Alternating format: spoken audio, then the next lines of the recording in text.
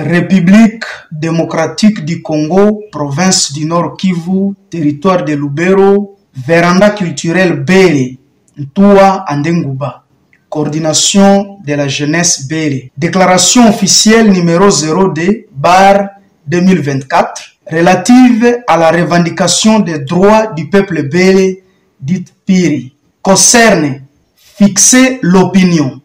Au regard des réactions de tout genre qui ne cessent de circuler sur la toile par écrit, par audio ou par vidéo, porteurs de messages tronqués et compromettants, face à notre revendication manifestée publiquement à date du 2 février 2024, il nous a paru pertinent de fixer l'opinion publique sur la quintessence de notre lutte en vue de permettre à chacun d'assumer sa responsabilité en ce qui le concerne et à son Excellence Monsieur le Président de la République, Félix-Antoine Tshisekedi Tshilombo, père de toutes les communautés congolaises, de nous rétablir dans nos droits. Enfin, le monde doit retenir ce qui suit. 1. La communauté Bele n'est pas un sous-ensemble d'une autre communauté en termes de sous-communautés, telles que certaines gloutons les soutiennent, mais plutôt sommes une communauté traditionnelle à part entière. 2. La communauté Bele n'est en guerre avec personne et elle n'est contre aucune autre communauté du pays, ni contre les Nandes avec qui nous cohabitons depuis longtemps, ni contre quelqu'un d'autre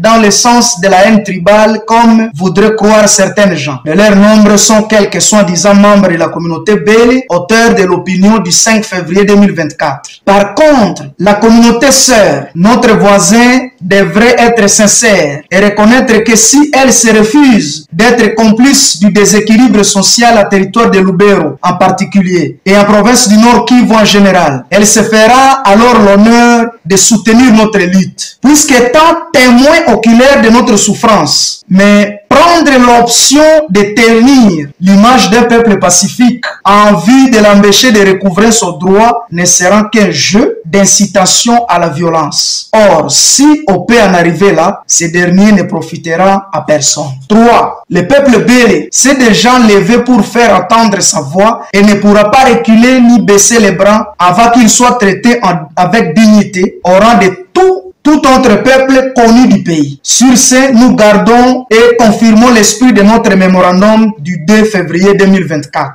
4. Quant au fameux point de vue du 5 février 2024, qui nous accuse d'avoir forcé les enfants à manifester et à utiliser des actes de violence, bien que son authenticité soit douteuse et les auteurs sans qualité, l'opinion retiendra ce qui suit. Notre manifestation était publique et les enfants rencontrés à court de route n'étaient pas à notre charge. La violence dont on parle ferait allusion aux blessés et aux morts, choses qui n'ont pas eu lieu et que nous ne pourrions jamais souhaiter. En somme, la communauté Bele confirme son combat engagé pour le recouvrement de son droit. Le sens communautaire porté par les messages contenus dans son mémorandum du 2 février 2024. Sa disponibilité et volonté à entrer à débat public avec quiconque le voudra. Son appel aux autorités du pays, spécialement au chef de l'État, à prêter attention à sa revendication et à dépêcher une délégation d'enquêteurs